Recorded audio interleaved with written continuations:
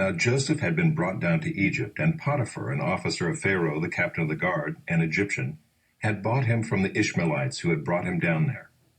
The Lord was with Joseph, and he became a successful man, and he was in the house of his Egyptian master.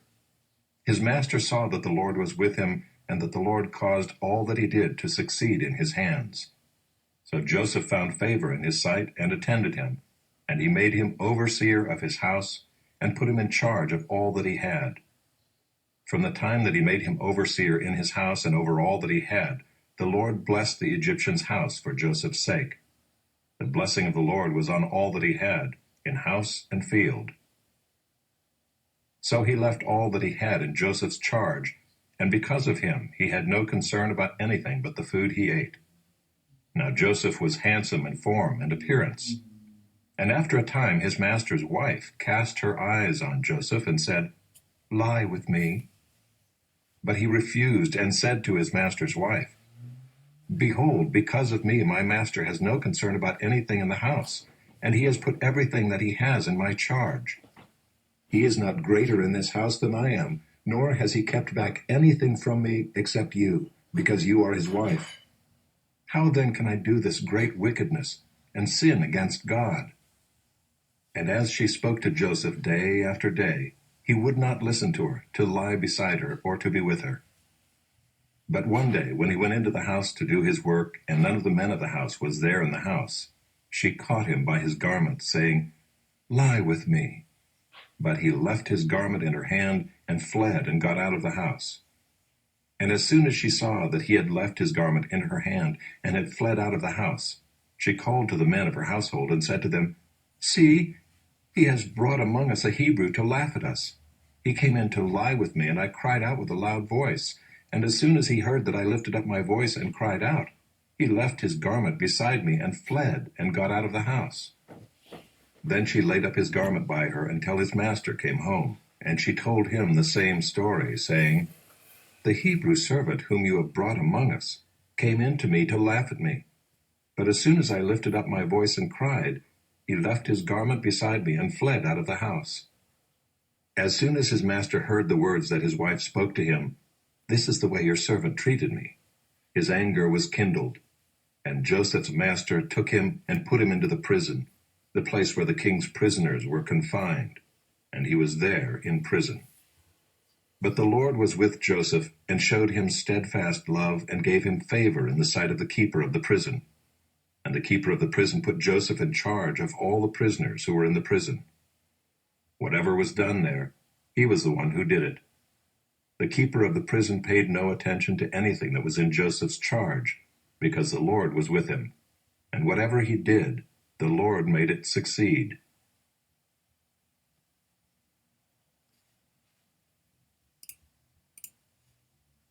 Sometime after this, the cupbearer of the king of Egypt and his baker committed an offense against their lord the king of Egypt. And Pharaoh was angry with his two officers, the chief cupbearer and the chief baker, and he put them in custody in the house of the captain of the guard, in the prison where Joseph was confined. The captain of the guard appointed Joseph to be with him, and he attended them. They continued for some time in custody. And one night they both dreamed, the cupbearer and the baker of the king of Egypt, who were confined in the prison, each his own dream, and each dream with its own interpretation. When Joseph came to them in the morning, he saw that they were troubled. So he asked Pharaoh's officers who were with him in custody in his master's house, "Why are your faces downcast today?" They said to him, "We have had dreams, and there is no one to interpret them." And Joseph said to them, "Do not interpretations belong to God? Please tell them to me." So the chief cupbearer told his dream to Joseph and said to him, "In my dream there was a vine before me, and on the vine there were 3 branches. As soon as it budded, its blossoms shot forth, and the clusters ripened into grapes. Pharaoh's cup was in my hand, and I took the grapes and pressed them into Pharaoh's cup, and placed the cup in Pharaoh's hand."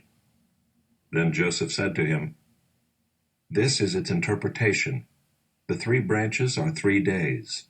In 3 days Pharaoh will lift up your head and restore you to your office, and you shall place Pharaoh's cup in his hand as formerly, when you were his cupbearer. Only remember me when it is well with you, and please do me the kindness to mention me to Pharaoh, and so get me out of this house. For I was indeed stolen out of the land of the Hebrews, and here also I have done nothing that they should put me into the pit." When the chief baker saw that the interpretation was favorable, he said to Joseph, "I also had a dream.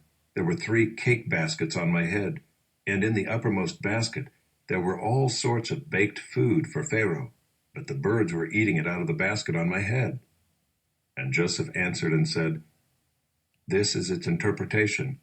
The 3 baskets are 3 days. In 3 days Pharaoh will lift up your head from you and hang you on a tree, and the birds will eat the flesh from you." On the 3rd day, which was Pharaoh's birthday, he made a feast for all his servants, and lifted up the head of the chief cupbearer and the head of the chief baker among his servants. He restored the chief cupbearer to his position, and he placed the cup in Pharaoh's hand. But he hanged the chief baker as Joseph had interpreted to them. Yet the chief cupbearer did not remember Joseph, but forgot him.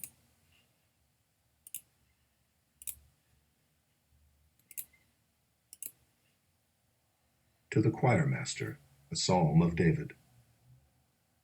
May the Lord answer you in the day of trouble. May the name of the God of Jacob protect you. May he send you help from the sanctuary and give you support from Zion. May he remember all your offerings and regard with favor your burnt sacrifices. Selah. May he grant you your heart's desire and fulfill all your plans. May we shout for joy over your salvation, and in the name of our God set up our banners.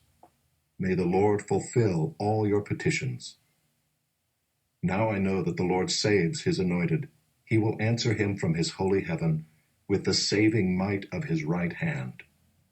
Some trust in chariots and some in horses, but we trust in the name of the Lord our God. They collapse and fall, but we rise and stand upright. O Lord, save the King. May he answer us when we call.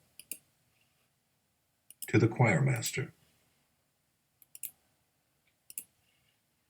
Then the kingdom of heaven will be like 10 virgins who took their lamps and went to meet the bridegroom. 5 of them were foolish, and 5 were wise. For when the foolish took their lamps, they took no oil with them, but the wise took flasks of oil with their lamps. As the bridegroom was delayed, they all became drowsy and slept. But at midnight there was a cry, "Here is the bridegroom, come out to meet him." Then all those virgins rose and trimmed their lamps. And the foolish said to the wise, "Give us some of your oil, for our lamps are going out." But the wise answered, saying, "Since there will not be enough for us and for you, go rather to the dealers and buy for yourselves."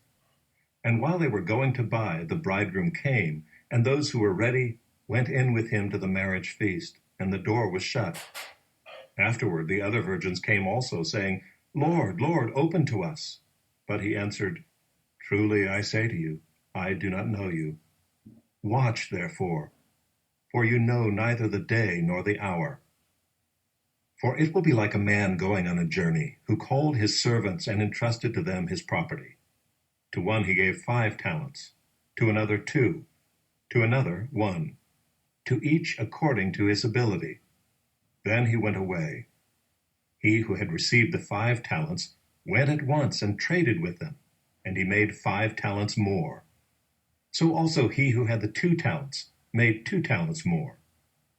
But he who had received the 1 talent went and dug in the ground and hid his master's money. Now after a long time the master of those servants came and settled accounts with them. And he who had received the 5 talents came forward, bringing 5 talents more, saying, "Master, you delivered to me 5 talents. Here I have made 5 talents more." His master said to him, "Well done, good and faithful servant. You have been faithful over a little. I will set you over much. Enter into the joy of your master." And he also who had the 2 talents came forward, saying, "Master, you delivered to me 2 talents. Here I have made 2 talents more." His master said to him, Well done, good and faithful servant. You have been faithful over a little. I will set you over much. Enter into the joy of your master." He also, who had received the 1 talent, came forward, saying, "Master, I knew you to be a hard man, reaping where you did not sow, and gathering where you scattered no seed. So I was afraid, and I went and hid your talent in the ground. Here, you have what is yours." But his master answered him, "You wicked and slothful servant. You knew that I reap where I have not sown, and gather where I scattered no seed? Then you ought to have invested my money with the bankers, and at my coming I should have received what was my own with interest. So take the talent from him, and give it to him who has the 10 talents. For to everyone who has will more be given, and he will have an abundance. But from the one who has not, even what he has will be taken away. And cast the worthless servant into the outer darkness. In that place there will be weeping and gnashing of teeth. When the Son of Man comes in his glory, and all the angels with him, then he will sit on his glorious throne. Before him will be gathered all the nations, and he will separate people one from another, as a shepherd separates the sheep from the goats. And he will place the sheep on his right, but the goats on the left. Then the king will say to those on his right, "Come, you who are blessed by my Father, inherit the kingdom prepared for you from the foundation of the world. For I was hungry, and you gave me food. I was thirsty, and you gave me drink. I was a stranger, and you welcomed me. I was naked, and you clothed me. I was sick, and you visited me. I was in prison, and you came to me." Then the righteous will answer him, saying, "Lord, when did we see you hungry and feed you, or thirsty and give you drink? And when did we see you a stranger and welcome you, or naked and clothe you? And when did we see you sick or in prison and visit you?" And the king will answer them, "Truly I say to you, as you did it to one of the least of these my brothers, you did it to me." Then he will say to those on his left, "Depart from me, you cursed, into the eternal fire prepared for the devil and his angels. For I was hungry, and you gave me no food. I was thirsty, and you gave me no drink. I was a stranger, and you did not welcome me, naked, and you did not clothe me, sick and in prison, and you did not visit me." Then they also will answer, saying, "Lord, when did we see you hungry or thirsty, or a stranger, or naked, or sick, or in prison, and did not minister to you?" Then he will answer them, saying, "Truly I say to you, as you did not do it to one of the least of these, you did not do it to me."